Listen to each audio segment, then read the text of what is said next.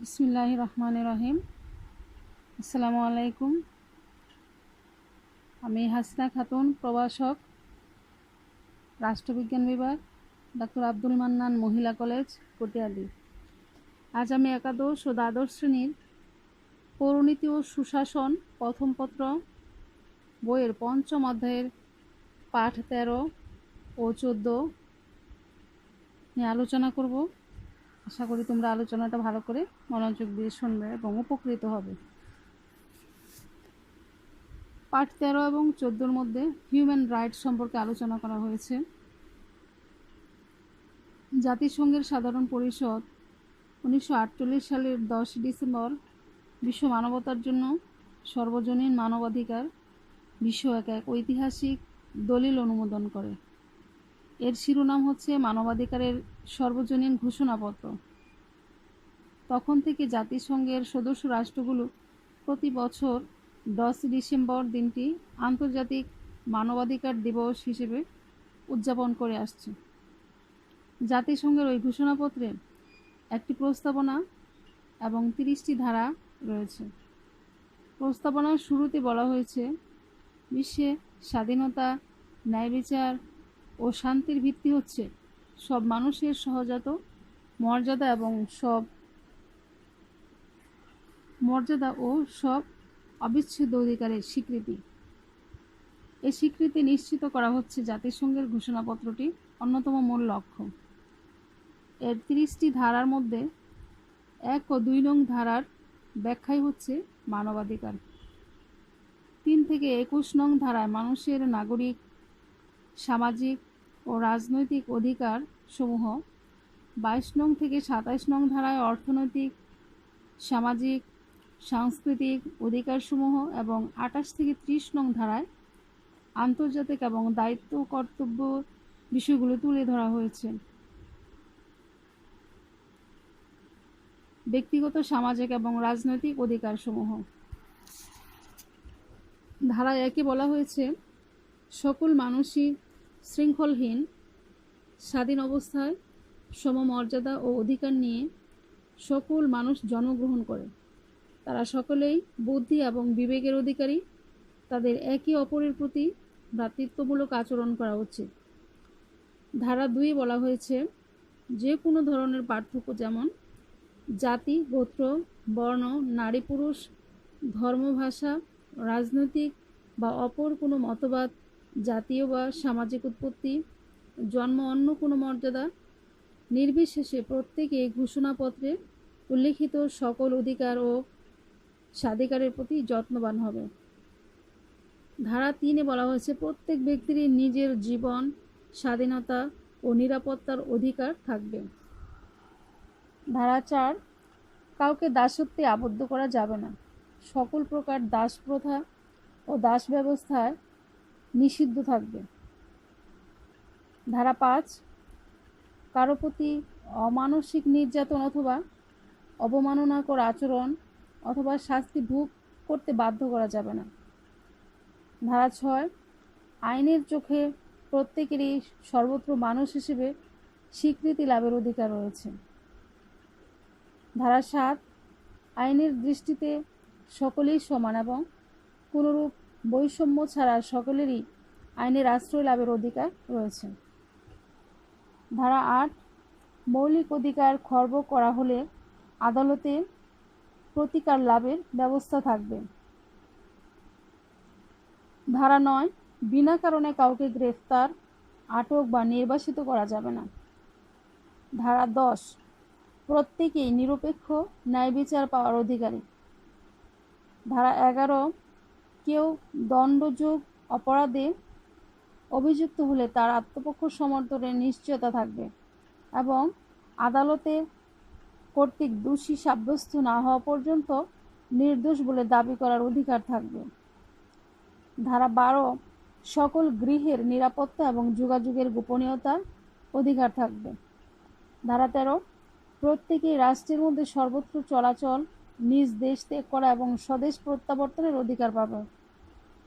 ধারা 14, প্রত্যেকেই নির্যাতন থেকে আত্মরক্ষার জন্য অন্য দেশে আশ্রয় নিতে পারবে। ধারা 15, প্রত্যেকেরই জাতীয়তা অধিকার থাকবে। ধারা 16 সকলেরই বৈবাহিক সম্পর্ক স্থাপনের অধিকার থাকবে এবং বৈবাহিক সম্পর্ক ছিন্ন করার ক্ষেত্রে নারী পুরুষের সমান অধিকার থাকবে। 17 নম্বর ধারা সকলেরই সম্পত্তির অধিকার থাকবে, কাউকে জোরপূর্বক সম্পত্তির অধিকার থেকে বঞ্চিত করা যাবে না। ধারা 18 প্রত্যেকের চিন্তা, বিবেক এবং ধর্মীয় স্বাধীনতা থাকবে। 19 নম্বর ধারা প্রত্যেক স্বাধীন মতামত প্রকাশের অধিকার থাকবে। ধারা 20 শান্তিপূর্ণভাবে সম্মিলিত হওয়ার এবং সংগঠনের অধিকার সকলেরই থাকবে। 21 নম্বর ধারা প্রত্যক্ষভাবে বা অবাধে নির্বাচিত প্রতিনিধিদের মাধ্যমে নিজ দেশের সরকারের অংশগ্রহণের অধিকার পাবে। এরপর হচ্ছে আর্থসামাজিক এবং সাংস্কৃতিক অধিকার সমূহ।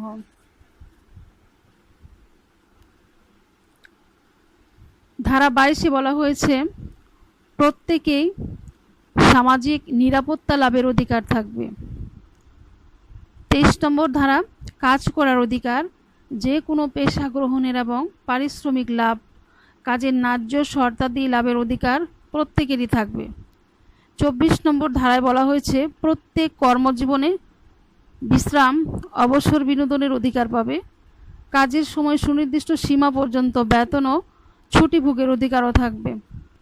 25 নম্বর ধারা অনুযায়ী নিজের ও নিজের পরিবারের স্বাস্থ্য, জীবন মানের উপযোগী খাদ্য, বস্ত্র, বাসস্থান, শিক্ষা, চিকিৎসা লাভের অধিকার পাবে। এছাড়া বেকারত্ব, রোগ ব্যাধি, অক্ষমতা, বৈধব্য, বার্ধক্য অথবা দৈব দুর্বিপাকে সামাজিক নিরাপত্তা লাভের অধিকার পাবে। মা ও শিশু বিশেষ যত্ন লাভের অধিকার পাবে। 26 নম্বর ধারা অনুযায়ী প্রত্যেকেই শিক্ষা লাভের অধিকার রয়েছে। ব্যক্তিত্বের বিকাশ ও যে কোনো কর্মে যোগ্যতা অর্জনের জন্য অধিকার থাকবে। সকলেরই জন্য সামাজিক ও আন্তর্জাতিক শৃঙ্খলার অধিকার থাকবে 28 নম্বর ধারায়। 29 নম্বর ধারায় বলা হয়েছে কেউ জাতিসংঘের আদর্শ ও উদ্দেশ্যের পরিপন্থী কোনো অধিকার ও স্বাধীনতা ভোগ করতে পারবে না। ধারা 30 এই ঘোষণাপত্রে উল্লেখিত কোনো বিষয়কে এমনভাবে ব্যাখ্যা করা চলবে না যাতে মনে হয় যে ঘোষণার অন্তর্ভুক্ত কোনো অধিকার বা স্বাধীনতা ক্ষুণ্ণ করার উদ্দেশ্যে কোনো রাষ্ট্র, দল বা ব্যক্তি বিশেষের আত্মনিয়োগের প্রমাণ রয়েছে, তাদের প্রতি অধিকারের ঘোষণা আরোপ করা যাবে না। উল্লিখিত আন্তর্জাতিক মানবাধিকারের ঘোষণা ছাড়াও বিশ্ব সংস্থা, জাতিসংঘ আরও একটি গুরুত্বপূর্ণ মানবাধিকার সম্পর্কিত দলিল প্রণয়ন করেছে। দলিলগুলো হচ্ছে আন্তর্জাতিক মানবাধিকার ঘোষণার মতোই গুরুত্বপূর্ণ। এগুলো হচ্ছে 1949 সালের গণহত্যা নিরোধ, গণহত্যা অপরাধের শাস্তি সংক্রান্ত কনভেনশন, আন্তর্জাতিক আইনের একটি গুরুত্বপূর্ণ দলিল। এই দলিল দ্বারা আন্তর্জাতিক আইনে গণহত্যাকে অপরাধ হিসেবে চিহ্নিত করা হয়েছে। এই আইনে নিম্নলিখিত অপরাধগুলোকে গণহত্যা হিসেবে চিহ্নিত করা হয়, যেমন ক কোনো একটি জাতি, গোত্র, বর্ণ বা ধর্মীয় সম্প্রদায়ের কোনো সদস্যকে হত্যা করা, খ ওই সব সম্প্রদায়ের কোনো সদস্যকে শারীরিক বা মানসিকভাবে গুরুতরভাবে আঘাত করা, গ পরিকল্পিতভাবে ওই সম্প্রদায়ের উপর এমন ধরনের জীবন ব্যবস্থা চাপিয়ে দেয়া যাতে তাদের সম্পূর্ণ অথবা আংশিক শারীরিক ধ্বংসপ্রাপ্তি ঘটে, ঘ এমন অবস্থা গ্রহণ করা যা ওই সম্প্রদায়ের মধ্যে জন্মের হার ক্ষতিগ্রস্ত করে, অ ওই সম্প্রদায় থেকে অন্য সম্প্রদায়ে জোরপূর্বক সন্তানাদি হস্তান্তর করা। 2 নম্বর ধারায় বলা হয়েছে সব ধরনের বর্ণবৈষম্য দূরীকরণ সংক্রান্ত আন্তর্জাতিক কনভেনশন 1965।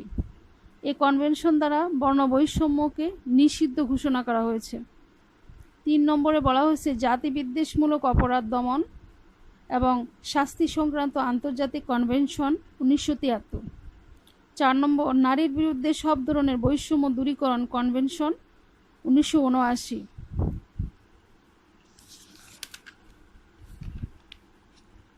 এখন আমরা পাঠ 15 এবং 16 থেকে আলোচনা করছি। মানবাধিকার নিশ্চিতকরণে সুশাসন। মানবাধিকার বাস্তবায়নের পূর্ব শর্ত হচ্ছে সুশাসন। জবাবদিহিতা, স্বচ্ছতা, আইনের শাসন ও স্বাধীনতা বিচার ব্যবস্থার মতো বিষয়গুলো সুশাসনের অন্তর্ভুক্ত। মানবাধিকার একটি বিশ্বজনীন বিষয়। জাতিসংঘ বর্তমানে মানবাধিকারের প্রশ্নকে অর্থনৈতিক ও মানব উন্নয়নের সঙ্গে সম্পৃক্ত করেছে।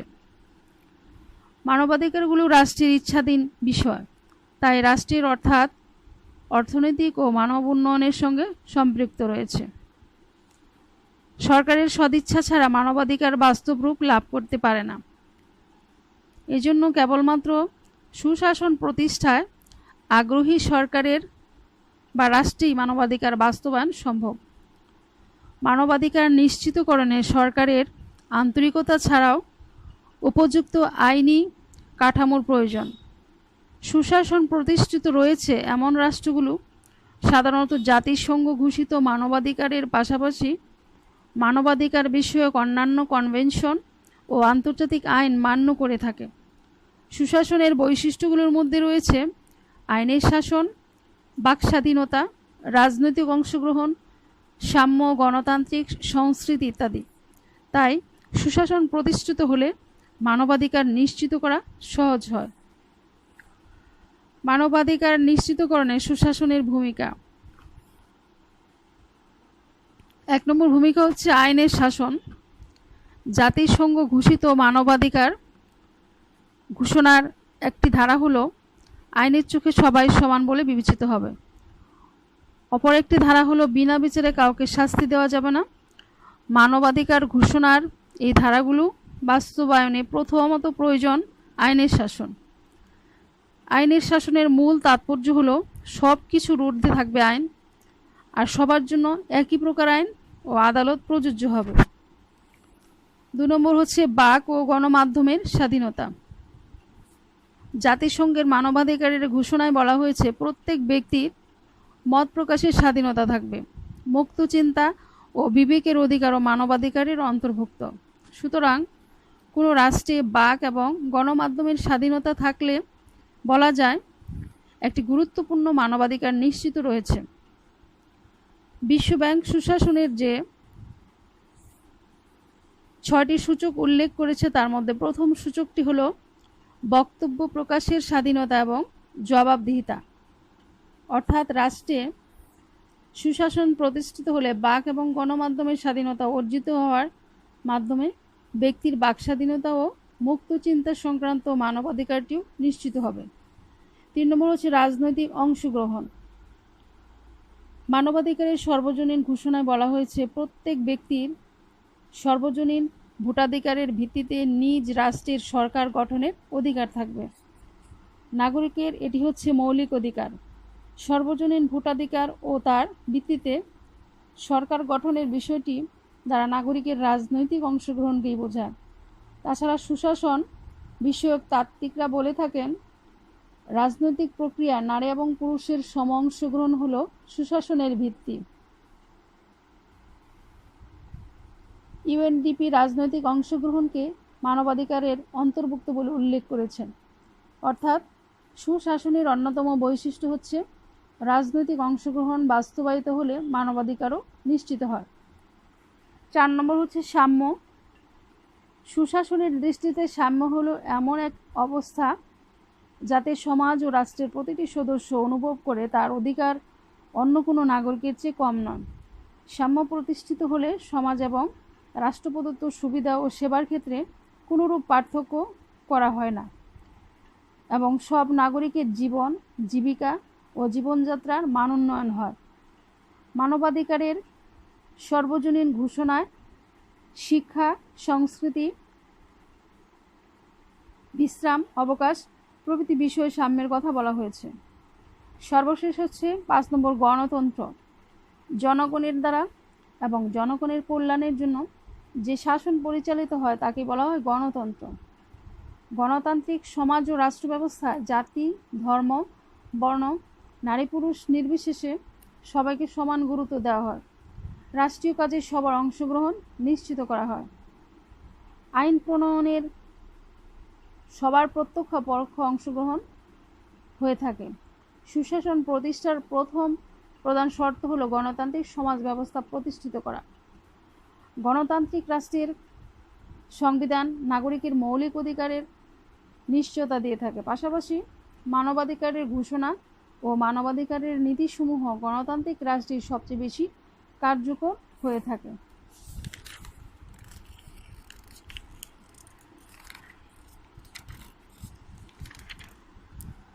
এরপর আমরা পাঠ 17 থেকে আলোচনা করছি মানবাধিকার রক্ষায় সুপারিশমালা। সমাজ ও রাষ্ট্রে মানবাধিকার রক্ষার জন্য নিচের সুপারিশগুলো বাস্তবায়ন করা খুবই গুরুত্বপূর্ণ। 1 নম্বর হচ্ছে আন্তর্জাতিক মানবাধিকার আইনের আলোকে রাষ্ট্রসমূহের সংবিধানের মধ্যে প্রয়োজনীয় সামঞ্জস্য বিধান করতে হবে। 2 নম্বর রাষ্ট্রের সংবিধানের সাথে মানবাধিকারের যেসব ধারা বা আইনের সাদৃশ্য রয়েছে সেগুলো বাস্তবায়নে কঠোর পদক্ষেপ গ্রহণ করতে হবে। 3 নম্বর মানবাধিকার বিষয়ক অন্যান্য আন্তর্জাতিক আইন ও কনভেনশন যেমন সব ধরনের জাতিগত বৈষম্য বিলোপ বিষয়ক আন্তর্জাতিক কনভেনশন 1965, জাতিগত বিভেদ দমন ও শাস্তি সংক্রান্ত আন্তর্জাতিক আইন 1973, নারীর প্রতি সব ধরনের বৈষম্য বিলোপ কনভেনশন 1979, মানব পাচার বিরোধী আন্তর্জাতিক কনভেনশন 1949, শিশু অধিকার সনদ 1989, নির্যাতন নিষ্ঠুরতা অমানবিক অবমাননাকর আচরণ এবং শাস্তি বিরোধী কনভেনশন 1984 এবং এরকম আরও যেসব আইন বা কনভেনশন রয়েছে রাষ্ট্রীয় পর্যায়ে তা গ্রহণ করা হয়। 4 নম্বর নাগরিকের অর্থনৈতিক সামাজিক সাংস্কৃতিক অধিকার নিশ্চিত করা। 5 নারীর অধিকার ক্ষমতায়নের জন্য পদক্ষেপ গ্রহণ, যেমন নারীর রাজনৈতিক অংশগ্রহণের সুযোগ বৃদ্ধি করা, নারীর শিক্ষার সুযোগ বৃদ্ধি করা, নারীর সামাজিক অবস্থার উন্নয়নে পদক্ষেপ গ্রহণ করা। 6 নারীর উন্নয়নে রাষ্ট্রীয় বাজেটে পৃথক বরাদ্দ দেওয়া, নারীর অর্থনৈতিক স্বাবলম্বিতার জন্য নারী উদ্যোক্তাদের প্রণোদনা দেওয়া। 7 শিশুর অধিকার নিশ্চিত করা, শিশুর শিক্ষা পুষ্টি স্বাস্থ্যসেবা পানি ও স্যানিটেশনের সুবিধা নিশ্চিত করা। 8 নম্বর সংখ্যালঘু জনগোষ্ঠীর অধিকার নিশ্চিত করা, বিশেষ করে ধর্মীয় ও আদিবাসী জনগোষ্ঠীর অধিকার নিশ্চিতকরণে কার্যকর পদক্ষেপ গ্রহণ করা। 9 নম্বর স্বাধীন বিচার বিভাগ প্রতিষ্ঠা করা। মানবাধিকার সুরক্ষায় যে কোনো রাষ্ট্রের বিচার বিভাগ খুবই গুরুত্বপূর্ণ ভূমিকা পালন করে। 10 স্বাধীন ও শক্তিশালী মানবাধিকার কমিশন গঠন করা। 11 নারী ও শিশু নির্যাতন দমনে রাষ্ট্রীয়ভাবে প্রয়োজনীয় আইন প্রণয়ন ও সেই সব আইন কঠোরভাবে প্রয়োগ করা। 12 নম্বর গণমাধ্যমের স্বাধীনতা নিশ্চিত করা, প্রত্যক্ষ বা পরোক্ষ যে কোনো ধরনের নিয়ন্ত্রণ থেকে গণমাধ্যমকে মুক্ত রাখা। 13 নম্বর মানবাধিকার রক্ষা শিক্ষা যথেষ্ট ভূমিকা রাখতে পারে, তাই শিক্ষার উন্নয়নে পদক্ষেপ গ্রহণ করা। 14 নম্বর দারিদ্র্য দূরীকরণ ও মানব সম্পদ উন্নয়নে যথোপযুক্ত পদক্ষেপ গ্রহণ করা। যেসব আইন মানবাধিকারের প্রতি সংঘাতপূর্ণ সেসব আইন সংস্কার করা। সামাজিক নিরাপত্তা 16 নম্বর সামাজিক নিরাপত্তা কর্মসূচি যথাযথ বাস্তবায়নের মাধ্যমে দরিদ্র ও অসহায় মানুষের জীবনযাত্রার মান বৃদ্ধিতে পদক্ষেপ গ্রহণ করা। সর্বশেষ 17 নম্বর হচ্ছে মানবাধিকার বিষয়ে সব মহলের সচেতনতা সৃষ্টিতে রাষ্ট্রীয়ভাবে কার্যকর পদক্ষেপ গ্রহণ করা। পরিশেষে এই কথাই বলা যায় যে মানবাধিকার সুনিশ্চিতকরণের জন্য যে সুপারিশমালা তুলে ধরা হলো তা কার্যত সুশাসনের দিকে ইঙ্গিত করে। মানবাধিকার নিশ্চিত করার ক্ষেত্রে সুশাসনের বাস্তবায়ন তাই একান্ত অপরিহার্য। আজকে এই পর্যন্তই। এই রমজানে সবাই ভালো থাকবে, সুস্থ থাকবে এবং আল্লাহর কাছে দোয়া করবে যাতে আমরা বর্তমান যে বিপর্যয় অবস্থা থেকে আমরা যেন মুক্তি পাই। সবাই ভালো থাকবে। আল্লাহ হাফেজ।